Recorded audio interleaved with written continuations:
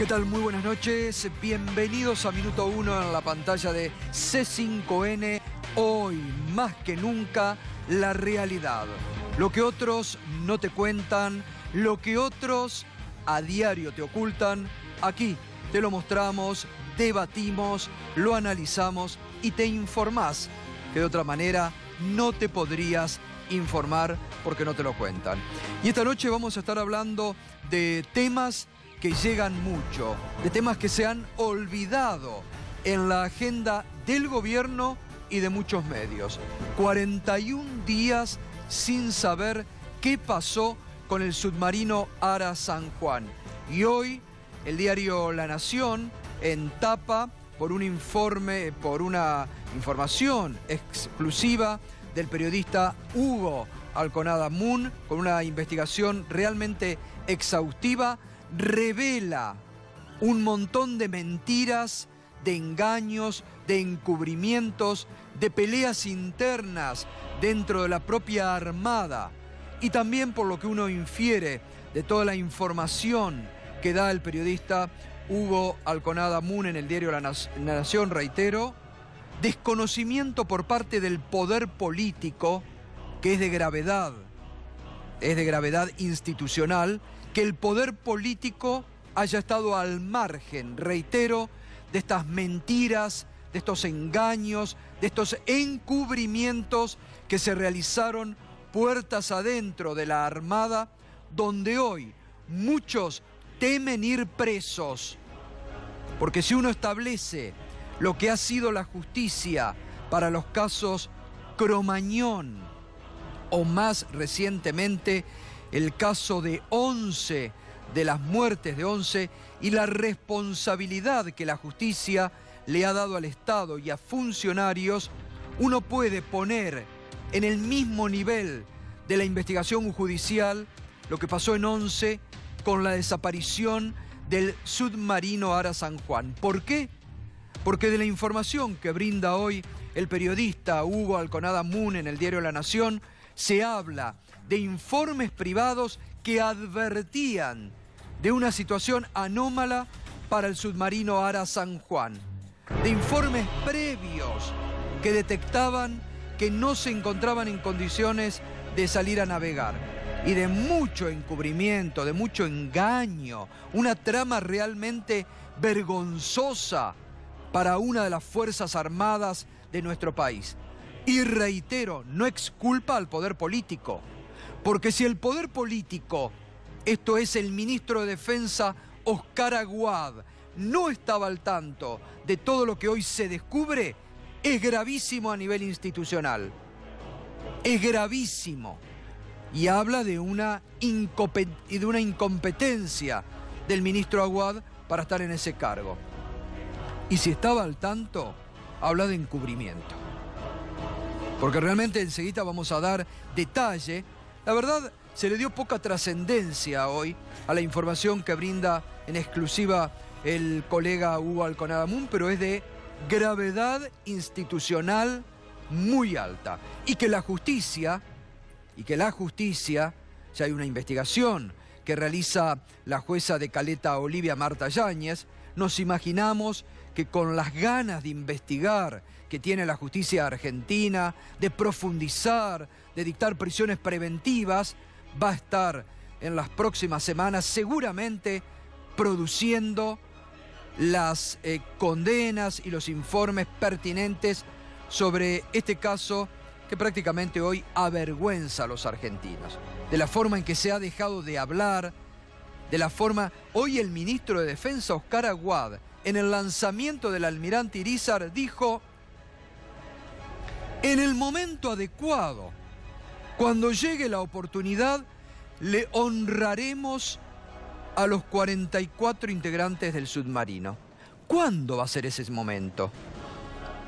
Nos preguntamos, ¿cuándo va a ser el momento de un gobierno que le prometió a los familiares estar junto a ellos, que no iban a descansar hasta dar con el submarino? De esto ya se han olvidado, como de muchas otras cosas. Nosotros no nos olvidamos. Por eso hoy vamos a dar detalles de esta información, reitero, que fue tapa del diario La Nación en el día de hoy, a través de la información del colega Hugo Alconada Moon. Te vamos a contar también esta noche lo antiético absoluto que un ministro del gobierno nacional haya pedido a una institución privada como es la Sociedad Rural Argentina, con todo lo que eso ha significado para la historia de la Argentina, una indemnización de 500.000 pesos, un bono compensación. Ahora que estamos hablando de bonos compensación para los jubilados, claro que para los jubilados son de 700 pesos, de 300 pesos, Luis Echeverre, el presidente, expresidente de la Sociedad Rural Argentina, hoy ministro de Agricultura, Ganadería y Pesca, que cobró de la Sociedad Rural Argentina 500.000 pesos. Realmente muy poco ético. Y fíjese, en las últimas horas se conoció, después la vamos a mostrar, una encuesta del Centro de Estudios de Opinión Pública, donde el 69% de los argentinos consultados considera cada vez más que el gobierno de Mauricio Macri es un gobierno de ricos para ricos. Y estas cosas lo atestiguan. En momentos en que venimos de un debate, de una discusión fuerte por los jubilados, donde les van a dar un bono compensación que apenas les va a alcanzar para comprar algunos remedios, que un ministro le esté pidiendo indemnización. ¿Usted cree que necesita Luis Echeverre 500.000 pesos de indemnización para ser ministro de este gobierno? Que después como ministro estará cobrando aproximadamente 160.000 pesos por mes.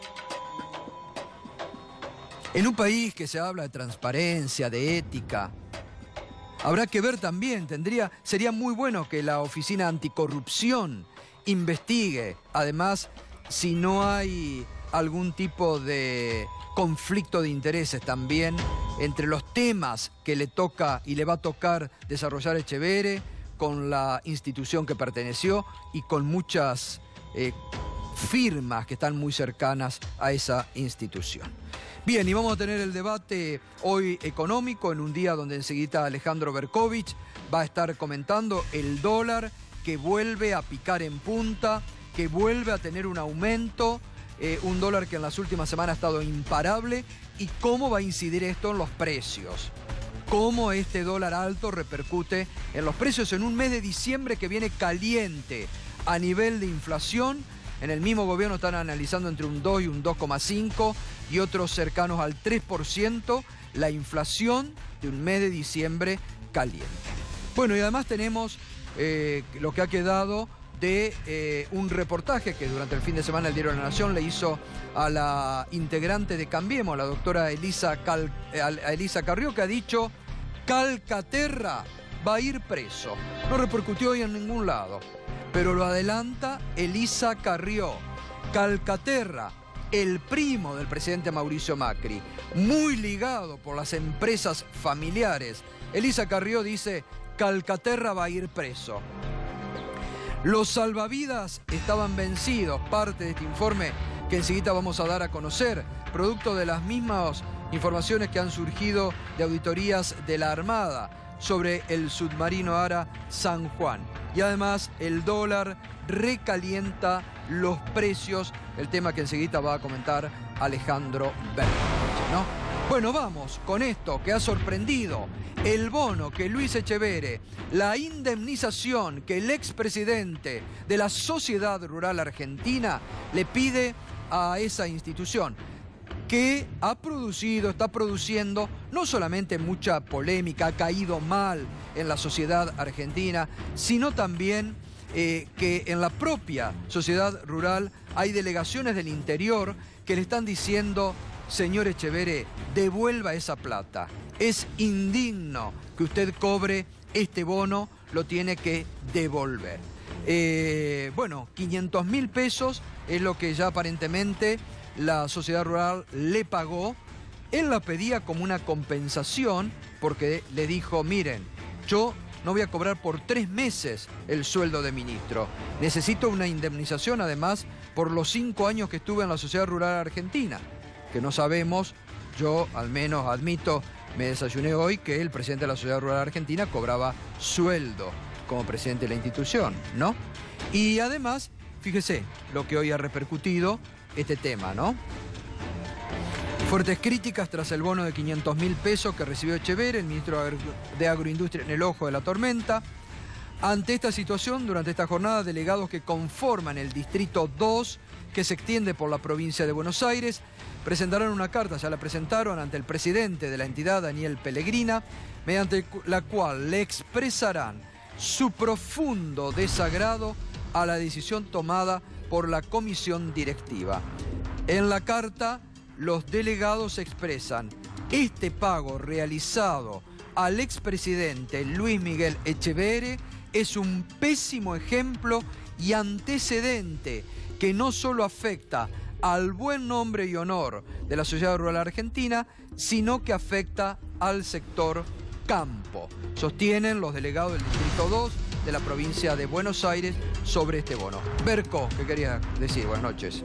Es que, buenas noches, la indignación salga de la rural y no del gobierno o de la Oficina Anticorrupción. Fíjate vos que la votación en la cual la comisión directiva decidió pagar el bono para el ministro, que el ministro lo reclamó antes de asumir allí en la antigua Secretaría de Agricultura, sí. En esa votación dividida, los propios ruralistas dijeron: esto afectaría el buen nombre y honor de la rural, que es lo que ahora sacan en el comunicado los del Distrito 2. El Distrito 2, para el que no sabe, es el distrito de la provincia de Buenos Aires, de la Pampa Húmeda, es el núcleo más rico de la ganadería. Y el más importante debe ser, además, ¿no? Y el más importante. Entonces, dicen que esto afecta al buen nombre y honor de la rural. Bueno, también afecta al del ministro. Y bien podría el jefe de gabinete haber expresado algo así, o la Oficina Anticorrupción. Por ahora, desde el gobierno, Nadie ha dicho nada, exactamente. Le quiero pedir al padre Eduardo de la Serna, que nos acompaña hoy muy cercano, una reflexión sobre este tema, ¿no? Cuando se habla de que les pidan a los sectores más vulnerables de la sociedad sacrificio, y cómo ve esto, ¿no? Son 700 veces el bono que le dan a los jubilados. 700 por 700 da más o menos eso. Está bien, se jubiló de la sociedad rural, a lo mejor Yo lo que me llama la atención es que no entiendo cuál es el buen nombre y honor de la sociedad rural. Para mí nunca lo tuvo. La sociedad rural no tiene buen nombre y honor en la historia argentina. Ha estado siempre del lado de lo que no debe estar. El Gato recién decía que era indigno. Obvio, de eso se trata. Esa es la característica. Y lo otro que se decía era de la Oficina Anticorrupción. No sabía que estaba en funcionamiento. Desde que subió el nuevo gobierno nunca la vi en funcionamiento. Así que, digo, me parece que esto es simplemente una expresión más de las tantas cosas a las cuales nos tiene acostumbrado este gobierno desde el 10 de diciembre del 2015. Es como un poco reírse también a la cara de la gente, ¿no? Bueno, reírse en la cara de la gente, basta mirar el mensaje de Navidad del excelentísimo señor presidente. Su medio kilo de turrón, uno puede jugar con el turrón, que es algo que es muy grande, sí. No, es una vergüenza, pero bueno, forma parte de eso. Se están riendo continuamente de la gente, aprovechando, entre otras cosas, que la gente tiene muy mala memoria. El Alzheimer social es un tema que nos preocupa, es una enfermedad social. Entonces va a decir: no le vamos a bajar a los jubilados. 3 meses después lo hacen y nadie se los va a reclamar porque nadie les está refrescando en la cara, o porque nadie hizo carne la importancia que tiene la memoria. Pero bueno, Durán Barba dice que la gente no tiene memoria y evidentemente no se le puede cuestionar la eficacia, ¿no? Muy bien, ahora vamos a seguir, padre, con otros temas de la actualidad. Nos vamos a meter ya en lo que, si realmente hoy ha sido nota de tapa del diario La Nación, una investigación del colega Hugo Alconada Moon, realmente un escándalo que tendría que haber, esto sí, hoy realmente fue un día donde hubo muchos indignados por una actitud realmente muy rechazable que tuvo el DT de la selección argentina durante el fin de semana en su pueblo, en su ciudad de Casilda, San Paoli, ¿no? Pero hoy estaban muy indignados. No había muchos indignados por lo que vamos a contar del submarino Ara San Juan, de realmente las mentiras, el engaño, el encubrimiento de 44 personas que uno no sabe dónde están. y de las que muchos ya se han olvidado, de las que el gobierno se ha olvidado, cuando había prometido que no iba a descansar hasta encontrar el submarino Ara San Juan. Y hoy se conoce esta información que realmente es un escándalo institucional, porque surge de la propia Armada. Y uno se pregunta, ¿y el poder político qué ha hecho, qué hizo para parar esto que realmente va a ser un escándalo con consecuencias judiciales para muchos? Porque dice el colega Hugo Alconadamun que ya hay muchos preocupados de ir presos por la investigación judicial que va a surgir cuando algún juez, de los que muchos que tienen ganas de investigar rápidamente, y los fiscales, tomen esta investigación. Ya hay una investigación, ¿no? Vamos a ver cómo se profundiza después de estas revelaciones de Hugo Alconadamun. Vamos a ver lo que hoy se señala, ¿no? El jefe de la Armada, porque acá también hay muchas intrigas palaciegas.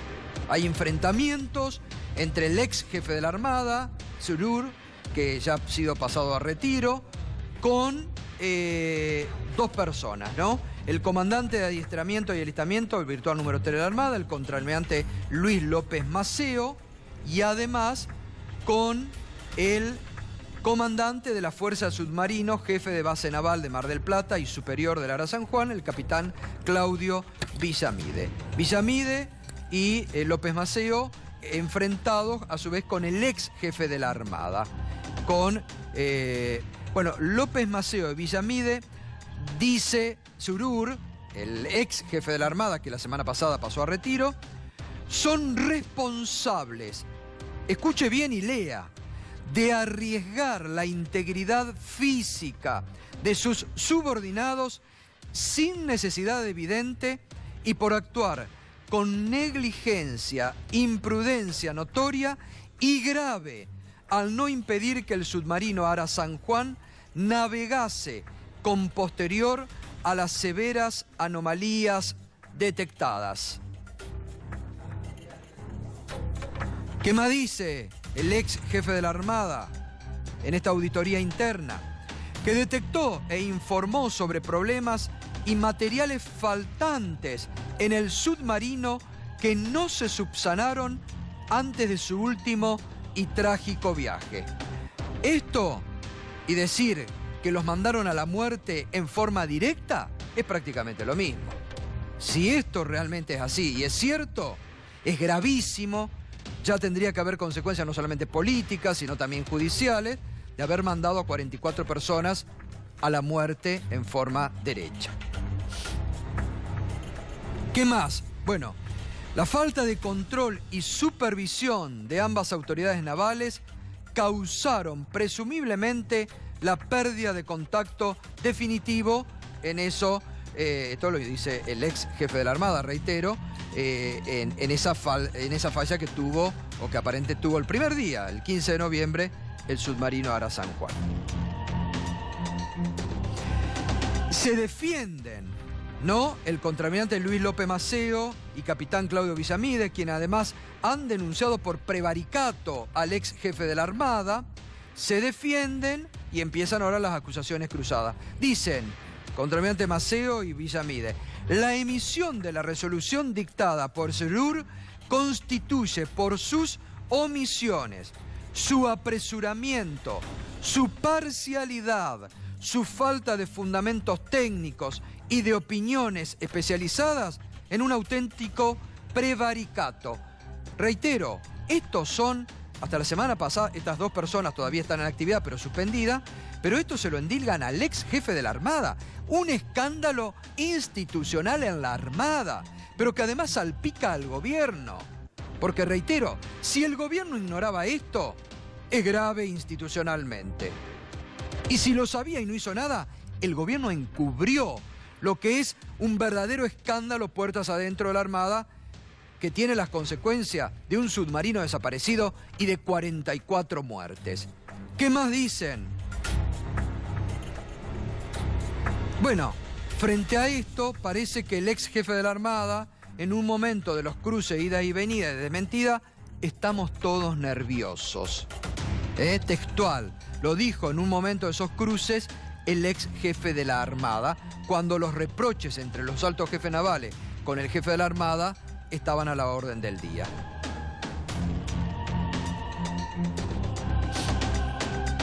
Pedro Fernández, además dice esta auditoría interna, comandante del submarino, reportó que los salvavidas y canisters para regeneración de aire del sumergible se encontraban vencidos y que no había candelas suficientes si se producía una emergencia a bordo. Le tiran la responsabilidad a una persona que también está muerta, Pedro Fernández. Fernández tomó la decisión de continuar hacia Mar del Plata tras reportar la avería, aún cuando se le ofreció ir a un puerto más cercano, desviarse a aguas menos profundas y ser escoltado, además de descalificar la resolución de SRUR por, entre otros motivos, utilizar observaciones hechas sobre el submarino Salta como si fueran sobre el San Juan para imputarles responsabilidades. ¿Qué más dice? Navegar con equipos antiguos o soportar, esto lo dice el contraalmirante Luis López Maceo, replica el informe de la auditoría interna.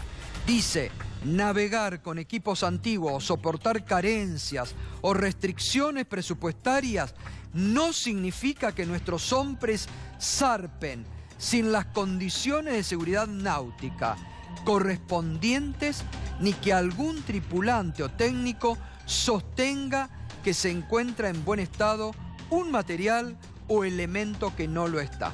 Mire el nivel de cruces entre hombres de los superiores de las Fuerzas Armadas.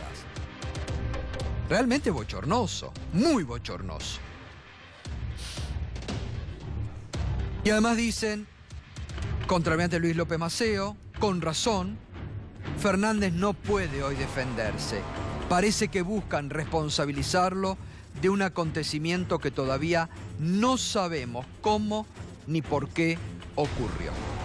Nos acompaña esta noche Fernando Morales, que es perito naval, que muchas veces lo hemos consultado a él.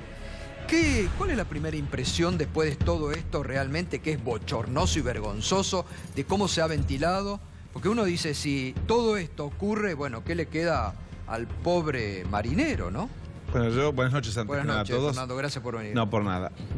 Antes, obligatoriamente debo decirles que por estos días se están cumpliendo 110 años que la corbeta Uruguay, que está ahí en Puerto Madero, fue al rescate de una expedición sueca en la Antártida, ¿no? Al mando de Irizar. Hoy zarpa el rompehielos de Irizar y esperemos que salga bien. ¿Por qué digo esto?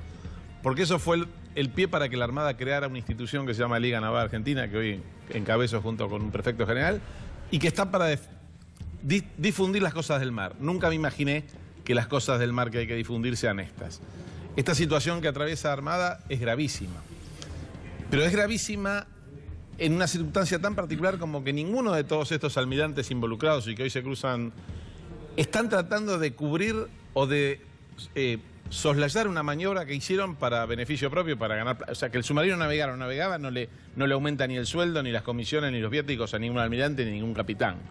Esto es parte de un proceso de deterioro que están sufriendo nuestras instituciones, nuestras Fuerzas Armadas, y esto no lo digo en defensa de nadie, no soy ni fiscal ni abogado defensor, que hizo que los niveles de exigencia, de seguridad, de protección, se fueran relajando a tal punto que alguien, evidentemente alguien, dijo, no, que salga el submarino, no hay problema, y había problemas. Y por mucho que hoy los almirantes estén peleando, piensen ustedes que los almirantes vienen juntos de la Escuela Naval, tienen todos 1 o 2 años de diferencia, no hay 20 años entre uno y otro, hay 1 o 2 años. Son gente que se conocen de adolescentes y hoy están enfrentados porque, como usted bien dijo, va a haber responsabilidad penal, porque hay 44 muertos que no son de la Armada. Son de la Armada, pero son del país. Obvio. Y falta un submarino que no es de la Armada. Lo opera la Armada, pero es del país. Ahora, usted me dijo... Se están cubriendo las espaldas, digamos. No, a ver, vamos... Bueno, ¿qué pasa acá? Acá hay almirantes que serán responsables, otros que no lo son, porque el almirante contador no tiene la culpa.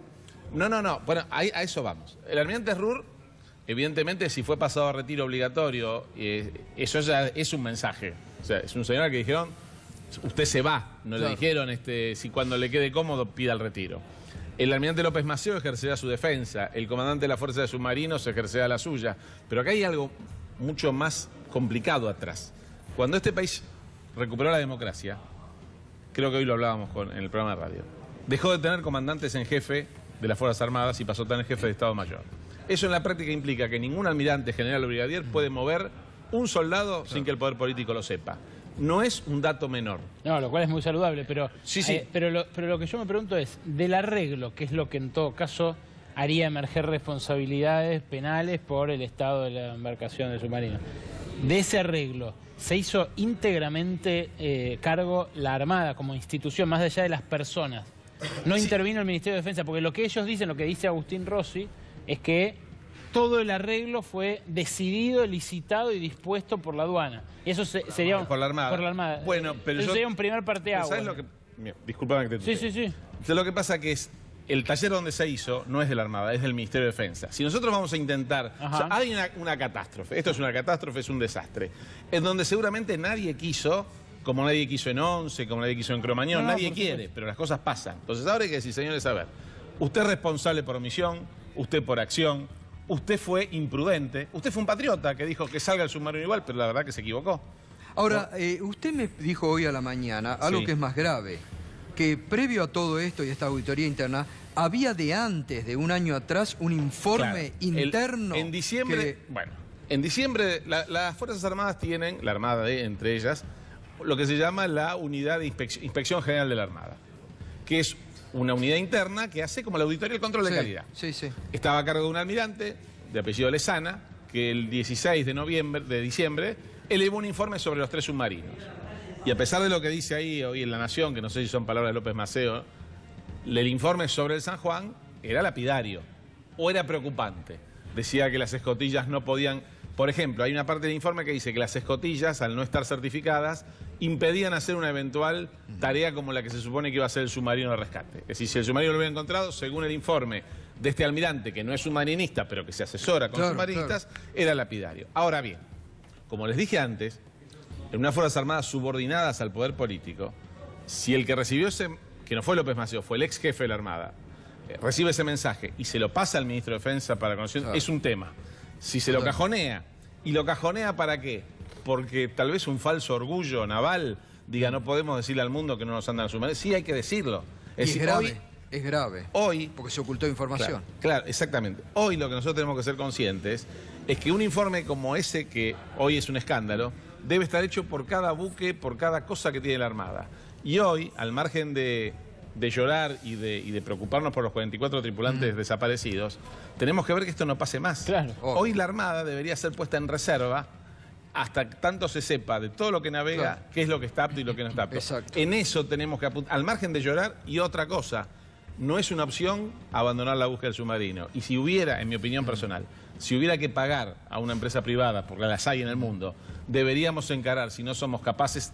Recién me decía un diputado de la Comisión de Defensa que el mes que viene se acaba la ayuda. Todo enero nos prometieron ayuda, tanto los americanos como los rusos. Esto me lo dice un diputado, no lo sabía hasta hace un ratito. Si a fin de enero se termina la ayuda, ¿qué vamos a hacer? Vamos a zarpar con la fragata Libertad alegres por el mundo mientras tenemos 44 desaparecidos. Gracias, Morales, muy amable. No, han sido ustedes muy amables. Bueno, vamos a ver cómo sigue realmente, porque acá está la investigación judicial, que también va a haber que dirimir, ¿no? Bueno, durante el fin de semana se conocieron declaraciones, a través del diario La Nación también, de la diputada integrante de Cambiemos, Elisa Carrió. Entre otras cosas, que dijo, mire, lo siguiente, sobre el primo presidencial, Ángelo Calcaterra. Calcaterra seguramente va a ir preso, pero no lo afecta al presidente. Raro, despegando al presidente. Que lo hagan lo personal no quiere decir que él vaya a impedirlo. El problema no es quién, es si tiene impunidad. Y el presidente eso lo tiene clarísimo. Recordemos que Calcaterra formó parte de negocios familiares también, ¿no? Me aleja mucho de Cambiemos, otra definición, el acuerdo en la capital entre el Cotino Siglia y Angelici, que ganaron el Comité Radical de la Ciudad de Buenos Aires. Y además dijo que más allá de que tenga la legitimidad de los votos, tenés que poder dar razones de lo que estás haciendo. Hay algunas teorías de la comunicación y algunos sectores del gobierno que dicen que no hay que comunicar.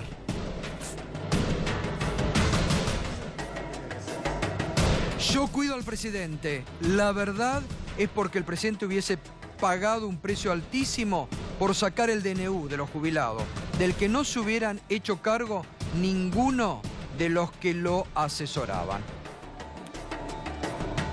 La cuestión estaba dividida y yo estaba en mi casa. Cuando vi que no había forma de que se impusiera la visión más moderada, saqué un tuit, porque yo no iba a involucrar a la coalición cívica en eso. Hasta ahí, no. Eso dice, bueno, también la forma de gobernar, ¿no? O de presionar que tiene Carrió a través de un tuit. Sí, ¿no? la nueva forma de comunicar la política, ¿no? Bueno, Digo, no hay más debates parlamentarios, no hay más nada de esto. Ahora solamente es un tuit, que a partir de ahí vemos. Y además de lo que hoy les decía al inicio de la encuesta que se conoció, fíjese cómo opinan los argentinos respecto de las últimas reformas en materia previsional, el recorte a los jubilados y el recorte en los saberes. Bueno, imagen de Macri, noviembre del 2017 y ya fines de noviembre y principio de diciembre, ¿no? Negativa 54,8%, positiva 43,4%, no sabe, no contesta el 1,8%.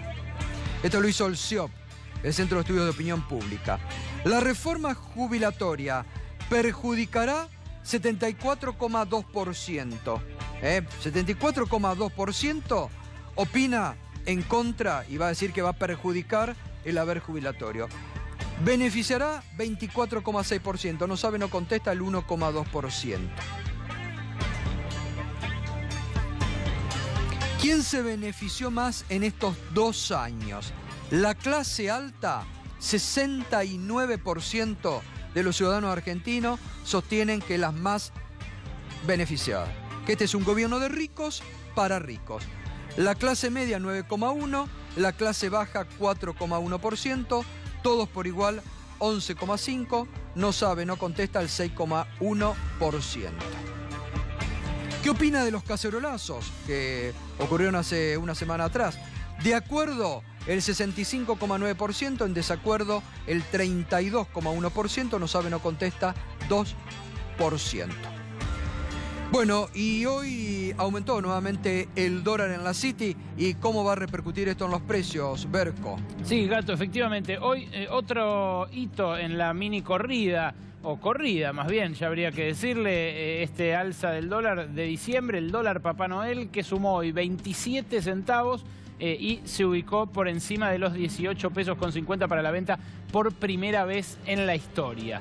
El dólar viene subiendo, esta es una jornada que justamente se viene repitiendo toda la semana pasada, casi toda la semana anterior, hubo solo un primer episodio en el cual se mantuvo constante y después fueron todas alzas. ¿En qué cuantía está subiendo? Bueno, más o menos un peso en los últimos 10 días es lo que se acomodó para arriba, un 5%, todavía menos de lo que subió la inflación, lo que aumentó el dólar. Es interesante y ahora vamos a hacer esa comparación, pero ustedes vean el cierre día por día desde el 13 de diciembre, 17,65, hasta hoy, 26 de diciembre, 18,61. Fue una suba incesante, constante y primero de a 5 centavos, 15 centavos, 3 centavos más, luego se convirtió ya en una verdadera estampida, porque fíjate vos, ya ahí en el del 20 al 21 sube más de 15 centavos, luego sube a 18,34 y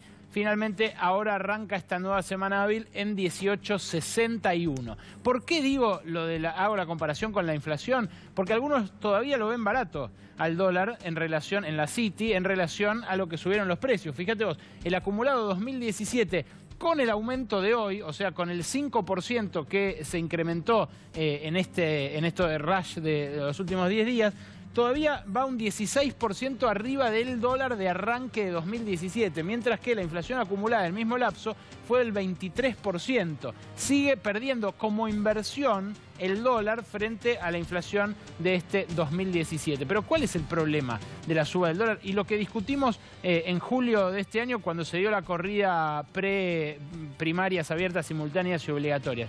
El impacto inmediato que tiene sobre los precios.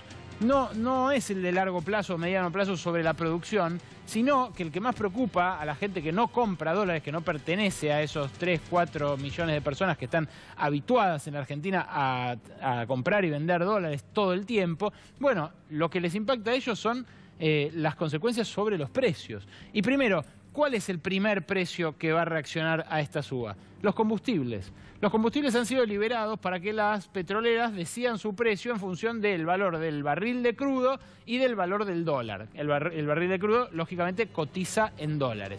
¿Qué es lo que puede pasar la semana que viene? Ya lo están estudiando las compañías petroleras. Que suban, que trasladen este 5% que subió en los últimos 10 días el dólar al precio del combustible. Recordemos que la última suba de precios del combustible fue hace un mes y medio y que además se había dado primero un subidón importante a principio de año, después una baja marginal realmente en el tercer trimestre, cuando todavía había cierta regulación del Ministerio de Energía, y ahora una suba con la liberación que dispuso Juan José Aranguren. Y hay otro impacto directo que tiene la suba del dólar, que es muy sensible en la canasta básica, que son los alimentos. Los alimentos tienen un triple impacto del incremento del dólar. Primero, por los costos. Ustedes saben que los alimentos vienen o en lata, o en plástico, o con componentes de acero, o en bolsa. Todos esos insumos están dolarizados, aunque se produzcan en el mercado local. Cuando una compañía tiene que envasar algo y tiene que comprarle aluminio a Aluar o acero a Siderar, se lo compra en dólares. Y esa factura se paga al tipo de cambio del día, es en dólares contantes y sonantes. No importa que se produzca en Argentina, que sus empresarios reclamen costo laboral más bajo, que tengan ventajas impositivas, protección, se vende en dólares. Nunca ningún gobierno pudo revertir eso. Segundo, por importación. Hay algunos alimentos muy sensibles de la canasta básica que no se producen en Argentina, que hay que traerlos. Las bananas, por ejemplo, hay algún bananal en Formosa, perdido. El consumo grueso de bananas de Argentina, que es la fruta, por otra parte, más consumida del país, viene todo de Ecuador. Es fruta importada. El cacao lo mismo, no se produce en estas latitudes. El café lo mismo, hay algún pequeño cafetal en el norte del país, pero básicamente es importado. Todo eso aumenta a la par del dólar y el dólar, insisto, aumentó 5% en los últimos días. Subas son importadas últimamente. Sí, claro, de Hasta Chile. las subas son importadas. Bueno, eso, Gato, es una consecuencia directa que tendría el aumento de precios sobre la canasta básica. Porque, ¿qué es lo que infló los precios durante este año? Primero y principal, los aumentos de tarifas. Ahora, en 2018, se van a sumar a esos aumentos de tarifas los del transporte, que en este año electoral se suspendieron. Estos días vamos a hablar del boletazo que se viene, porque en el área metropolitana es muy importante. Y de la tarifa de gas que ya están llegando. Sí, por eso digo. Vinieron con un aumento tremendo, Ahora, post-elecciones la tarifa de gas. Claro, porque ahora se suma al tarifazo el cuoteo que hicieron de la factura preelectoral. Entonces estamos pagando, si querés, el aumento del invierno ahora en verano, pero en cuotas. Bueno, el tercer impacto del dólar sobre los precios es por la exportación. Hay algunos productos argentinos que cotizan en dólares porque se exportan, porque son bienes transables y aumentan, aprovechan en la suba del dólar para decir, yo si no lo vendo acá más caro, lo vendo afuera en dólares, ahora más caro en pesos. Es el triple canal por el cual el aumento del dólar se traslada a los precios. Pero no es solo eso. En bienes durables, vamos a la última placa, en productos que uno compra más o financiado o en cuotas o ahorrando para conseguirlos, el componente importado sigue siendo muy importante en Argentina. No hay que perder de vista que una heladera tiene un 60% de su valor en dólares, importado. No estoy contando la chapa nacional, que también está en dólares, que también está en dólares, pero que es nacional. Las motos usan un 65% de piezas importadas, los autos un 50%, alguna terminal usa un poquito más, alguna otra un poquito menos. La pintura es en un 55% importada por los principios químicos, que luego sí se diluyen acá. Por solo citar algunos ejemplos, el impacto del dólar en los precios en Argentina es algo tradicional y que nunca ha cambiado. Cuando lo quisieron combatir con aumento de tasa de interés, chupando peso del mercado, se encontraron con la encerrona de la bicicleta actual de Federico Sturzenegger, que hoy reunió a su comité de política monetaria y no pudo bajar la tasa de interés. ¿Qué es lo que ocurre si bajara la tasa de interés Sturzenegger?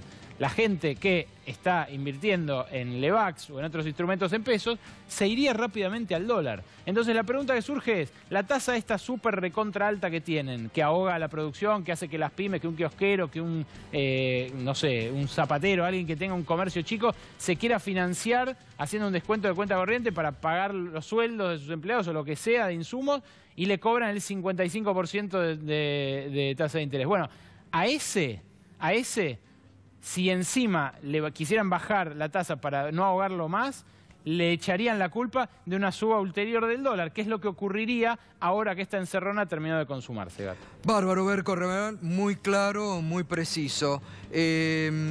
Alejandro Roba, el precio del dólar picó ahora en punta. ¿Viene para quedarse? ¿Tiene que estar más alto?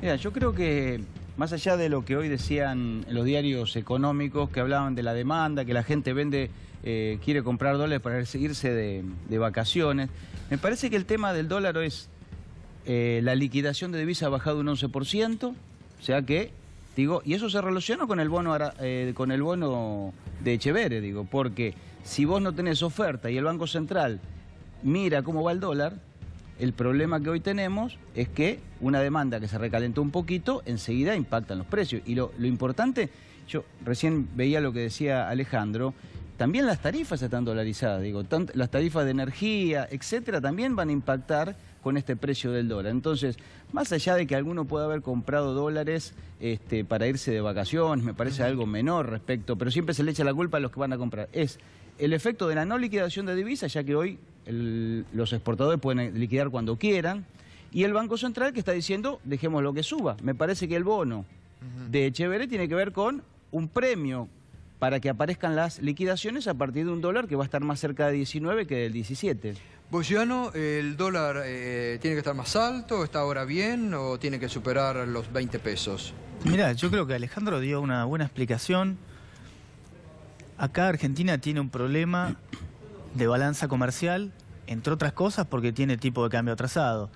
Sin entrar en demasiados tecnicismos, cuando alguien ve que en Misiones van a comprar cosas a Paraguay, cuando alguien ve que en Mendoza se cruzan a Chile para comprar cosas, lo que quiere decir es que Argentina está cara en dólares. Lo que está pasando ahora, que es esta recuperación del dólar, que sin embargo, como él marca, 16% contra 23% de inflación, o sea, Argentina se volvió a encarecer en dólares este año.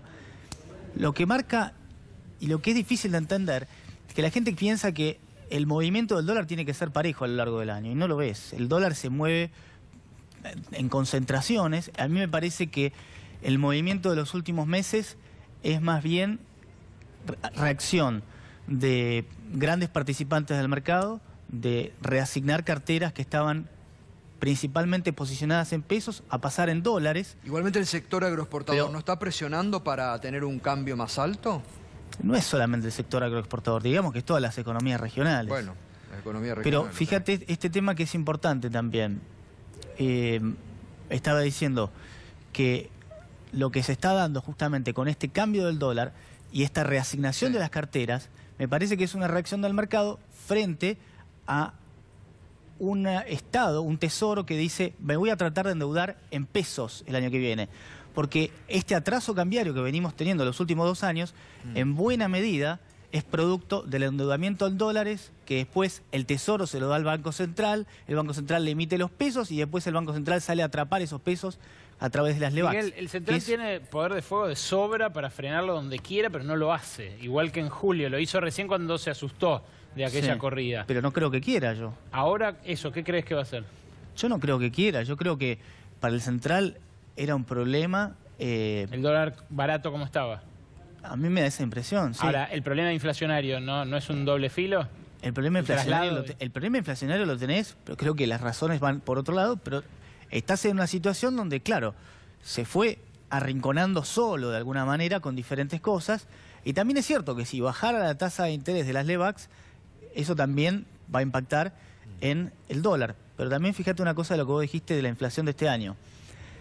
Probablemente la mitad de la inflación de este año está explicada por actualización de tarifas, que es principalmente un cambio de precios relativos, principalmente una decisión política de sacar subsidios a los servicios, que después se terminaron gastando en otra cosa, que no redundó en baja de déficit. Miguel, cuando vos dijiste se arrinconó solo, ¿a qué te referís?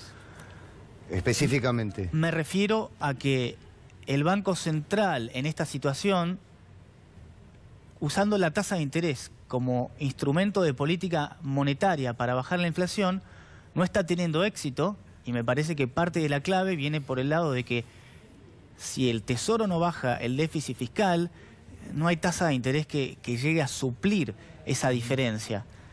Porque básicamente, fíjate que lo que termina pasando, cada gasto extra, el Banco Central tiene que hacer un esfuerzo todavía aún mayor en tasa para atrapar esos pesos, siguiendo la concepción de que, al menos para este Banco Central, la inflación es un fenómeno monetario y trata de atrapar los pesos. Para vos no lo frena, entonces, para vos no lo frena. Para mí no lo frena. Eduardo, ¿cómo? Toma la decisión de no frenarlo.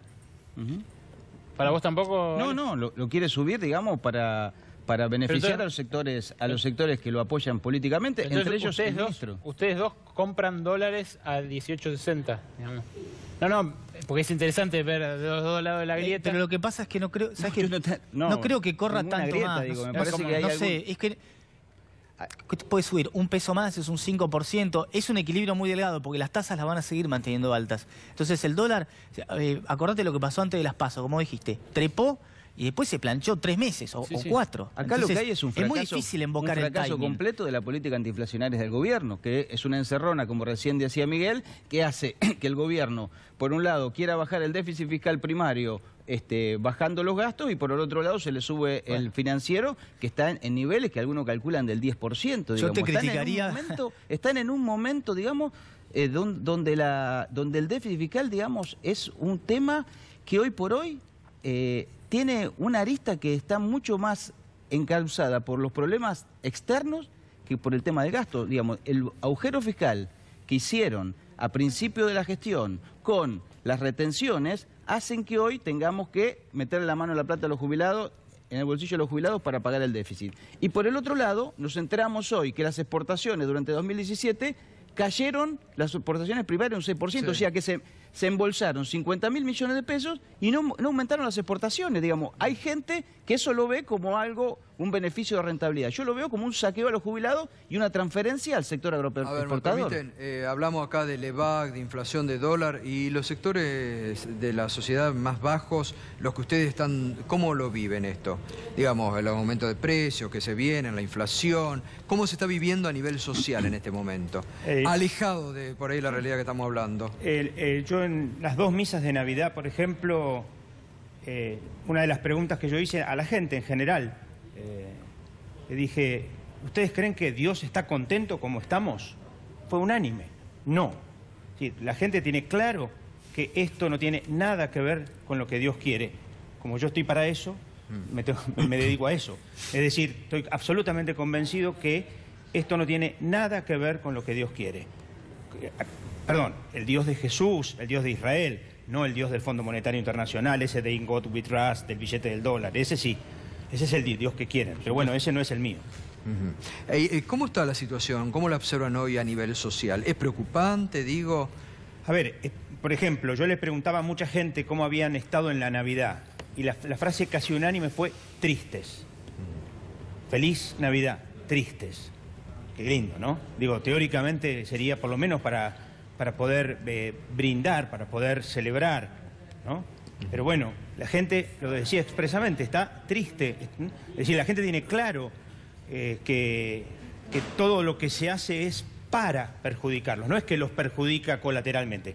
Les importa un rábano perjudicar a los pobres. Entonces, es decir, está claro que eso es el objetivo. Usted desde su lugar... Yo estoy en desacuerdo con eso. Sí. Perdón, pero estoy en desacuerdo. Yo no creo que... Sí, eso era de esperar. No, ¿por qué? Porque estás en otra mirada. Era de esperar que estuvieras en desacuerdo. Para nada. Yo también soy católico, creyente, y escucho muy bien, muy atentamente lo que usted dice. Me parece, sin embargo, que nadie está pretendiendo deliberadamente perjudicar a nadie, mucho menos a los pobres. Y aparte, algo de que me interrumpieron, que todo lo que se bajó de subsidios todo lo que se redujo de subsidios al transporte y a la energía, se pasó en planes sociales. El gobierno, y yo no estoy muy de acuerdo con esa idea, sin embargo, el gasto social lo amplió. Hay que ver después cuál es la eficiencia y cuán efectivo es ese gasto social. Ahora, yo no puedo discutir con usted jamás que los pobres están tristes, probablemente lo sea. No creo que tampoco sea algo novedoso, ni que estén hoy igual de mal que un año atrás. Probablemente están igual de mal que hace muchos años, lo cual tampoco es ninguna solución y ninguna buena respuesta. A mí, personalmente, me parece que en muchos aspectos, sin embargo, se está haciendo en algunas cosas que me parece que van a terminar colaborando con que alguna gente se vaya de la pobreza de a poco. Pero me parece que esto no funciona tanto a través de dádivas y subsidios. Esto funciona generando trabajo. Y en ese sentido me parece que el gobierno no hace, a mi criterio, lo necesario para generar trabajo genuino.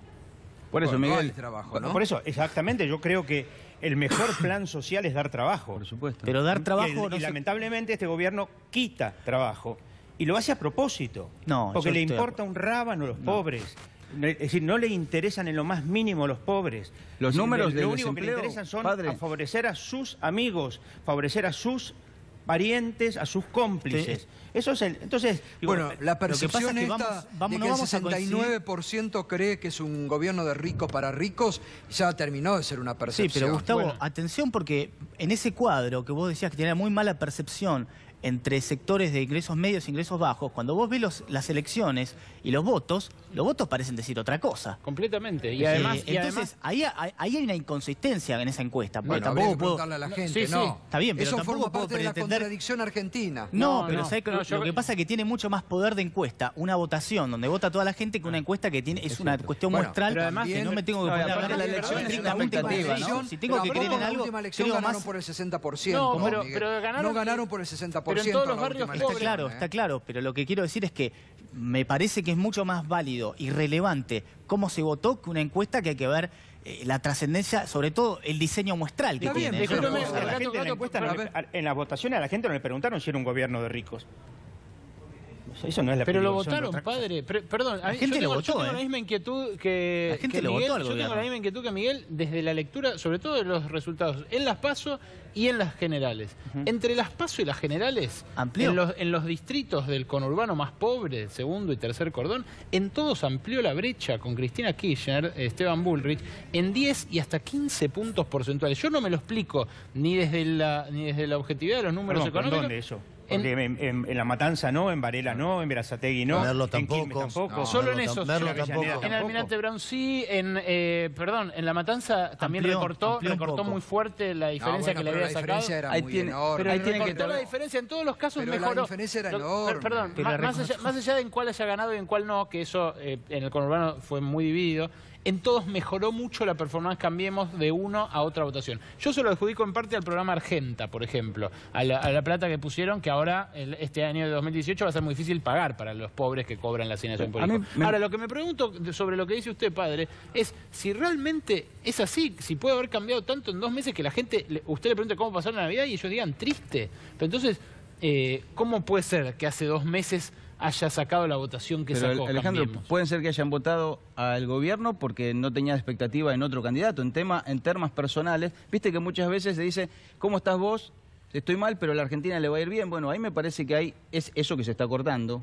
Pero me parece que lo fundamental acá es que el empleo no está creciendo. Digamos, en los 2 años de Macri pasamos de un desempleo del 6 al 8. Y el presupuesto, aún creciendo, porque cuando cae la economía y cae el empleo, está bien. Ahora, También país, hubo- con Menem también- crecía el país y el desempleo También también. hubo Por eso. cacerolazos y también hubo cacerolazos en el conurbano y en esos mismos lugares donde En Morón, sin ir más Cambiemos, en Vicente López, O donde Morón. Cambiemos arrasó. 80% en Bueno, esos barrios. y Por hubo eso- Porque muchos creo que el voto no es de cacerolazos nadie, ahí. Gustavo. El voto no es de nadie No. y se objetiva en una elección y a los 2 meses te puede decir otra cosa. Aparte, a mí antes me las parece elecciones que dijeron que no lo iban a tocar los jubilados y los cacerolazos. Y No esta podemos frase decir viene que el de problema... Eso puede meterle la ser. mano a los Eso jubilados. puede ser, Creo que pero la otra lectura me Argentina parece tiene muy otros simplista, muy problemas. elemental, ¿me Argentina entiende? tiene varios Gabriel? problemas, pero yo no creo que hoy el desempleo sea uno de los temas más graves de Argentina. ¿Cómo Sin que em- no? Permitime que me parezca con un 8%. ¿Pero para qué la economía? Pero con un 8% Para- me parece que los estamos problemas que hablando tiene del Argentina dólar. tiene El tema es que va otros... creciendo, Miguel. Sí, pero Ese es Miguel, el problema. vos sos Permitime decir economista. una cosa más. A ver. Permitime decir una cosa más. La receta que yo voy a sugerir para generar empleo probablemente sea diametralmente opuesta a la tuya. Esa es la diferencia entre lo que yo creo que va a ser el mecanismo para generar empleo. Probablemente no vamos a ¿Y coincidir. cuál es? Bueno, entre Pero otras cosas, estamos hablando de lo reducir que... el costo laboral, Mariano, lo que vos sabés que no coincidimos. No, no, Bueno, pero a mí justa- me parece que... justamente esa receta, lo voy a repetir, Miguel, lo voy a repetir hasta el hartazgo. Para pero no que, funciona, Miguel. para En los que 90 un bajaste empleado, los para que un aportes y aumentó empleado- el desempleo. Para que fue al final de todo, cuando la crisis Nunca del 2001 crecíamos ya del venía, 2000 del en cualquier momento, en 95. cualquier lugar del mundo eso ha funcionado. Y permitime que lo vuelva a explicar. Para que un empleado le llegue a las manos 10.000 pesos, el empleador tiene que poner 16.300. En el medio, no pensemos que eso va para quién. Está lleno de pícaros y vivos. Los sindicalistas, las obras sociales y un montón de matufias que se llevan ese 60%. Pero qué raro, digamos, justamente Pero los justamente perjudicados lo que yo por el estoy diciendo desempleo es- son los que vos lo decís yo que estoy tienen la diciendo culpa. es que o sea que el esa tema que brecha, tiene, el ¿quién se problema está son llevando esa cuña? los altos salarios, los sindicatos y las obras sociales. El problema es que los empresarios se agarraron los 50.000 palos y se las llevaron ellos y no generan empleo. Eso es una fantasía. ¿Cómo? Es Es una los fantasía. números. El Es una desempleo fantasía. pasó del 6 al 8. Echarle la culpa de los problemas al empresariado argentino, mira. Vos, esperá, Si vos se los te- echás si a vos los pensás laburantes. que yo me voy a solidarizar con los grandes empresarios de las grandes corporaciones, no va por ahí. Pero el 80% del empleo ¿Vos sabés argentino cómo está el empleo lo pyme genera el en empleo, nuestro país? por supuesto, está pésimo. ¿Y quién tiene la culpa de eso? Pero vos, ¿quién La pensás que la política tiene? del gobierno. El ¿Y gobierno. cuál es la política del gobierno? ¿Impuestos altos y costos altos laborales? No. ¿Cuál es tu propuesta para resolver eso? Ya hay que dar un aumento de salarios para que se ¿Aumento reactive la sacando economía. la plata de dónde? Porque Por- es muy lindo lo que vos decís. Pero si ustedes- suena bárbaro y demagógico, pero si el lo que gobierno pasaba toma la en el plata anterior para gobierno llevársela es a que partir de decían, la deuda. necesitamos plata. Vudú, ¿por qué no la imprimís y se la repartimos? Si la economía se El resolviera de una gobierno se manera tan endeudó en sencilla, 150.000 los problemas millones de no dólares y existirían. no hay un empleo nuevo, Miguel. Un empleo privado. El problema que vos tenés con las jubilaciones ahora, en buena parte, ¿de dónde vienen? Bueno, de que Cristina Kirchner inventó Bueno, está bien. 2 millones O sea, y medio es todo de el problema. jubilaciones. Pero ¿por qué no, Pero es que lo ¿por qué no tenés que hablamos entender, del gobierno? Es una matemática muy Hace sencilla 2 años también. que la economía no genera empleo, Estoy Miguel. hablando ¿Cómo la vas a exactamente- generar? pero lo que pasa es que te estoy hablando exactamente lo que vos decís, que hay que aumentando los sueldos y vos simplemente Obviamente pretendés que hay crear que lograr un riqueza gasto. de la nada, como hacían antes, imprimiendo espuriamente papel moneda. Pero si ahora se Y eso endeudan no espuriamente. funciona. ¿Cómo? ¿Cuál es la diferencia de endeudarse espuriamente? No, ¿Esta es muy deuda para qué diferente, es? Es muy diferente. ¿Dónde están los beneficios de los 150.000 Obviamente palos tiene de un deuda? costo alto hacer todo eso. Un costo pero es alto que va a diferente explotar todo, pero Miguel. Es diferente Y te quiero pensar escuchar a vos diciendo que vos esto. podés generar riqueza imprimiendo papelitos. Pero ahora estás generando pobreza a partir de las bajas salariales. No Mirá, va, la última Argentina vez, crece. Las Mirá últimas los números de estadísticas- consumo Las últimas y de estadísticas te crecimiento. indican que la pobreza está bajando lentamente. El pero está consumo bajando. en la ¿Qué querés Argentina que es el 70% del A producto. ver, Si me no aumentás el preguntan, consumo con los salarios y el empleo, no vas a tener crecimiento genuino. Me permiten, Está bien, pero ¿qué pasa, por ejemplo, con las changas en demagógico los es eso. barrios? No, A mí demagógico sos esto me vos. hace acordar Sí, soy yo re al tipo demagogo, este no que sabes. estaba enseñándole a su perro a no comer. Y lo estaba logrando y justo se le murió, no lo pudo lograr. Es eso, digo, la changa. La gente no tiene changas porque, en el barrio no las hay. Lo que ha habido es, para las elecciones, han pavimentado medio Quilmes, no Avellaneda, porque a los municipios les dieron, a unos y a otros no, pavimentaron, la gente del barrio dicen que era Calcaterra el que estaba por ahí, pero bueno, eso, después se ocupa Carrió de eso. Eran todos monotributistas, los tipos y cuando terminaron las elecciones dejaron de pagarles, y entonces hay miles de lugares que ¿Y ahora empezaron... sigue habiendo obra pública o no?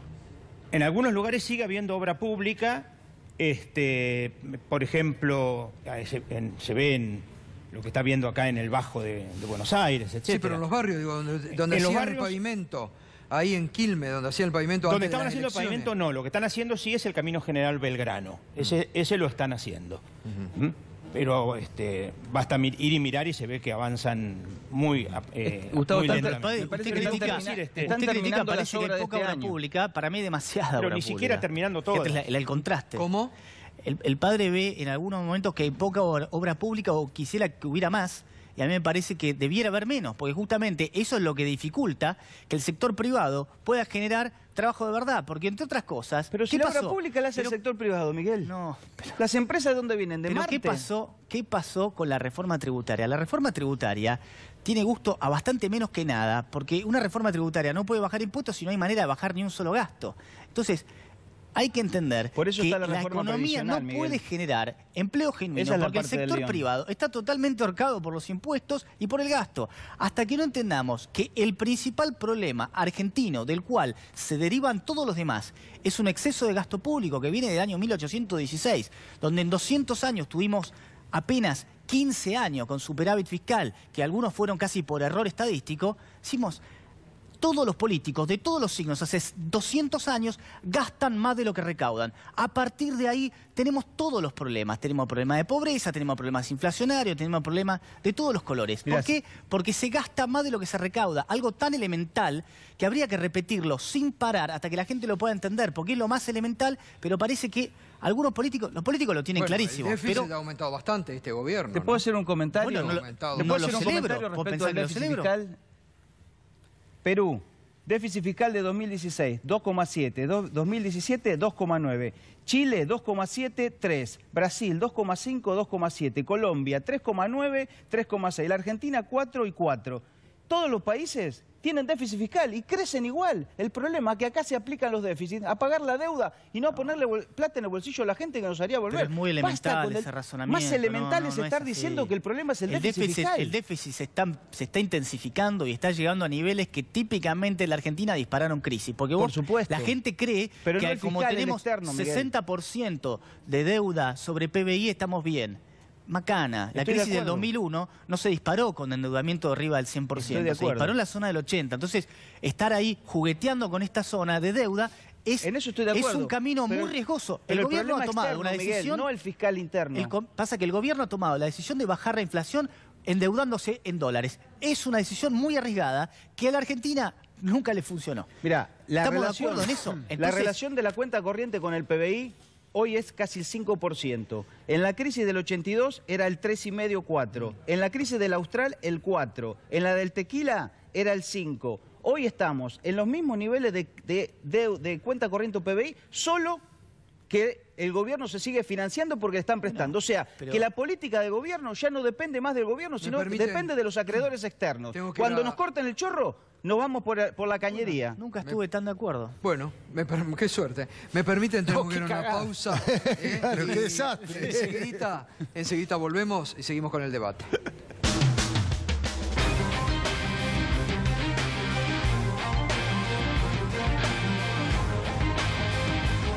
Continuamos esta noche en el Minuto 1 tocando los temas de la realidad, lo que nos preocupa hoy, el presente y el futuro, que muchos ven una economía que va a chocar. ¿Ustedes coinciden en esto?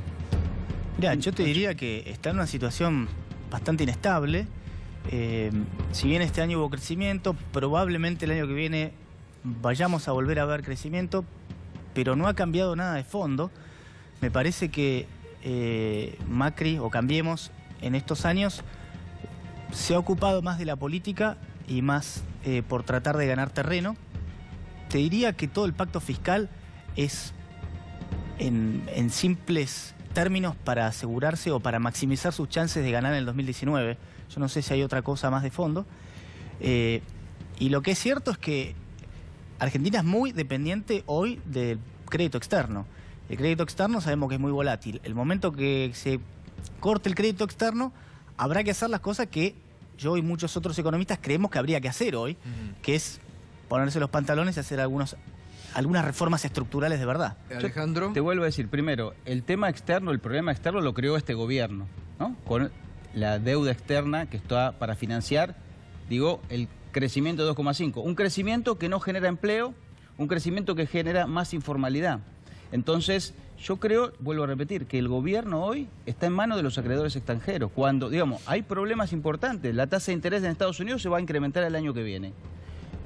La política de Trump bajándole los impuestos a las grandes corporaciones para que los capitales vayan a Estados Unidos quiere decir que menos plata, menos dólares para nosotros. Nosotros en Luján la semana pasada tuvimos saqueos en un supermercado que no llegaron y no se vio en ningún lado. Digo, hay una situación, te diría, no explosiva, porque realmente sí aumentaron los programas sociales del gobierno, me parece una buena política, pero con eso no hacemos nada. Esos saqueos que se hicieron en Luján, que no llegaron a saquear el supermercado de la ruta, después la gente fue a parar los camiones y sacó la mercadería hasta han descuartizado una vaca, las vacas corriendo por el Juan 23 y otro de los barrios de Luján. Una cosa dantesca, digamos. Bueno, y eso no se refleja en ningún lado. Bueno, hay una situación social muy explosiva, lo sabe el padre muy bien. Yo soy amigo del padre Molina, lo charlamos muchas veces en el programa de él de radio. Entonces, hay una situación social y hay una economía que está en dos velocidades. Las tasas de interés, las LEVAC, estas personas que están ganando ese dinero, y por el otro lado te dejan un déficit externo que es realmente el mismo nivel de las grandes crisis argentinas, solamente que te financian los extranjeros, digamos. Yo quería subrayar este dato. Esta semana, y tratando de despojarlo de consideraciones políticas o sobre la política económica, esta semana se conoció el dato de que el déficit de cuenta corriente de este año, o sea, sumado lo que hay que pagar de dólares por importar y por pagar deuda al exterior, servicios de la deuda y otras cosas menores, pero básicamente las dos cuentas importantes en Argentina son esas, fue 5,5% del Producto Bruto Interno, que así solo por ahí no les dice nada, pero que es más que antes del tequila, más que antes del crack de la convertibilidad, más que antes de la crisis del Plan Austral y más que antes de la crisis de la deuda del 82. Es mucha vulnerabilidad y a mí lo que me da miedo es que antes del tequila no nos dábamos cuenta de que faltaba un mes para el tequila. Es que, Ale, respondete vos ahora la pregunta de si el Banco Central va a frenar el dólar. La respuesta la diste vos. No lo va a frenar jamás, porque justamente el dólar atrasado es lo que generó eso. Pero a la vez el riesgo que tiene, que si lo deja correr hasta 20 ahora, que yo te doy la inflación de enero va a ser 4%. Yo te doy un pronóstico que me parece que puede pasar. Lamentablemente hay altas chances de que termine fracasando el programa antiinflacionario. Porque ya fracasó, si vos, Miguel. Pero que se explicite todavía más, vamos a decir. Porque si vos no resolvés ese desequilibrio que está a los gritos, mostrándote, evidenciándose, tenés otro problema peor. Entonces vos vas a tener que elegir entre los problemas que querés tener y hablar de un objetivo inflacionario, que yo no sé ni dónde está la meta, entre alrededor del 10... dicen 15 el año que viene, pero... Sí, bueno, creo que no. No, el Banco Central dice 10, es disparatado. Entre 10 y 15 es... El Banco Central dice 10 más menos 2. O sea, dice 8, entre 8 y 12. Claro. Está bien. Pero bueno, ese es uno de los problemas. Eso es uno de los problemas cuando el Banco Central pierde total credibilidad. Nos podemos reír entre todos los que le pregunten si alguien va a creer que la inflación va a ser esa. Claro. Entonces, cuando el Banco Central pierde credibilidad... Bueno, 17 dijeron este año y va a terminar en 24. Claro. Eso es grave. Algo que eso es grave, el presidente en campaña decía que era muy fácil de solucionar, que era el tema de la inflación. Dijo se soluciona fácilmente, ¿no? Sin duda le vendieron una historia que, te digo más, ellos creían, Cambiemos me parece que creía que con la victoria de Macri iban a llover inversiones. Bueno, eso es lo que dijeron siempre. Inversiones que no a partir llueven. del 11 de diciembre de 2015 llovían inversiones. Inversiones que no llueven porque no se hacen las reformas que la gente del ala liberal propone, como cambios en las leyes laborales, cambios en muchas otras cosas que me parece que el capital no tiene dueño. El capital va al lugar donde lo tratan mejor y en Argentina lo tratan mal. ¿Por qué? No tiene nacionalidad en todo caso. No tiene dueño. nacionalidad, me parece. ¿Cómo califica estos 2 años de gobierno de Macri? ¿Usted cómo lo calificaría el gobierno de Macri hoy? No quiero decir malas palabras, pero así. Simplemente creo que el gobierno de Macri es un gobierno excesivamente violento y esa es la violencia primera. Digo, ya que se ha hablado tanto de la violencia en estos días, creo, como dicen los obispos latinoamericanos, como decía Monseñor Romero, tantos, la primera violencia es la violencia institucional. Entonces, digo, a la cual suman la complicidad de la violencia represiva. Yo creo que ahí, digamos, también tiene que ver con la tristeza. Suma a la tristeza todo eso. Porque, digo, 4 o 5 imbéciles que hacen una estupidez no ameritan de ninguna manera que, por ejemplo, las balas de goma las tiren por arriba de la cintura. Porque si hay 3 personas que perdieron el ojo, no creo que estuvieran gateando. Es decir, creo que ahí está, digamos, esto. De entrada, el grupo de curas en Opción por los Pobres dijimos, este modelo no cierra sin represión. Ahí está. No somos profetas. Por suerte... Somos simplemente miradores de la realidad, que nos toca vivirla y nos toca padecerla en lo que la padece la gente. ¿Usted cree que se ha acentuado mucho el odio y la revancha en este último tiempo en la Argentina? Yo creo que este gobierno es absolutamente odiador y revanchista. Digo, a ver, no me van a decir que las declaraciones de Massot, las declaraciones de Carrió, las de Fernando Iglesias no fueron violentas. Digo, yo creo que todo ese tipo de cosas generan, digamos, respuesta, generan a veces reacciones que uno no las desea, pero precisamente porque nacen de una actitud de revancha. ¿No? Digo, el otro día no sé quién decía por ahí que, por ejemplo, la bronca que le tienen al ENAR tiene que ver porque el capo del ENAR se sacó una foto con Scioli. Es eso, todo es revancha continuamente, todo es odio continuamente. Y sobre todo, los que la ligan siempre son los pobres. Para ustedes no les quería preguntar, ¿qué piensan los mercados de las situaciones como las que ocurrió el jueves o el lunes? Las represiones, los conflictos callejeros, Bueno, ustedes que son especialistas en esto. Te diría que no ayuda, una situación social explosiva no ayuda. Ahora, lo que yo estoy convencido es que el gobierno no entiende el capitalismo global, no entiende los cambios, no entiende a Trump. Mientras la economía de los Estados Unidos va a cerrarse, a proteger su mercado, al compre en Estados Unidos, nosotros regalamos nuestro mercado. ¿Quién va a venir a invertir a la Argentina si vos podés traer cualquier cosa importado, mucho más barato y sin los problemas que tenés para poner una empresa acá en la Argentina? ¿Cómo puede ser que la OMC bajó la persiana hace 4 años y acá el gobierno quería cerrar un tratado de libre comercio con Europa que ni los brasileros lo querían cerrar? Y tuvo que venir acá y por sacarse una foto, digamos, y no es responsabilidad, porque no podés venderle nada a nadie. Yo no estoy de acuerdo que solamente el tipo de cambio atrasado hace que las exportaciones estén estancadas. No te compran porque el mundo no está comprador, está vendedor. Por eso aumentan las IMPO y bajan las Expo. Mira, hay un comentario de la violencia. Creo que en la era de las redes sociales, donde todos pudimos ver por video cuánta gente era la que estaba atacando, no me queda del todo claro que eran unos pocos violentos. Me parece que estuvo bastante más organizado. Antes era más difícil de ver. Me parece que estaba evidenciado en las imágenes. Y con respecto a eran muchos violentos, decís vos, no entendí. 1200. Mirá, me parece que está evidenciado en las imágenes. Cuando veías a algunos policías, muchas de ellas te estaban tirando piedras de todos lados. Personas, pero no quiero entrar en la polémica de los números. Digamos, ¿no? No quiero entrar en la polémica de los números, quería hacer ese comentario. Sí, está bien, pero vos preguntaste algo del mercado. Sí.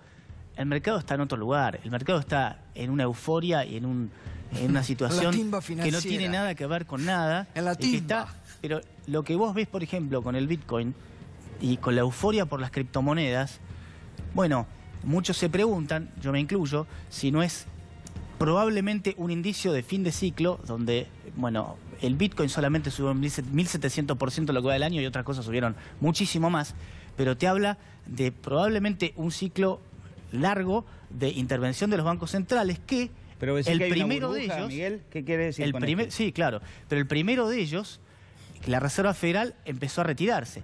Y Argentina pudo continuar esta situación de los últimos 2 años porque el mundo está tan loco que le prestó a Argentina 100 años. Mi lectura no es que qué mal, qué... No, el mundo no está loco, el mundo hace negocio, Miguel. Sí, pero atención. Después te la cobran esa, no es que te la regalaron. No, porque el mundo hay momentos en que está dispuesto a prestarle a cualquiera, a cualquier precio, y es la primera vez que le prestan a un país que está por debajo de investment grade a 100 años. Entonces, pero gana mucho. Y a la semana siguiente le prestaron a Costa de Marfil al 6,5% después de que había tenido un levantamiento militar hace 2 semanas. Estás en ese mundo. Estás en un mundo que le presta plata al que levanta la mano. Pero digo, en ese mundo vivimos.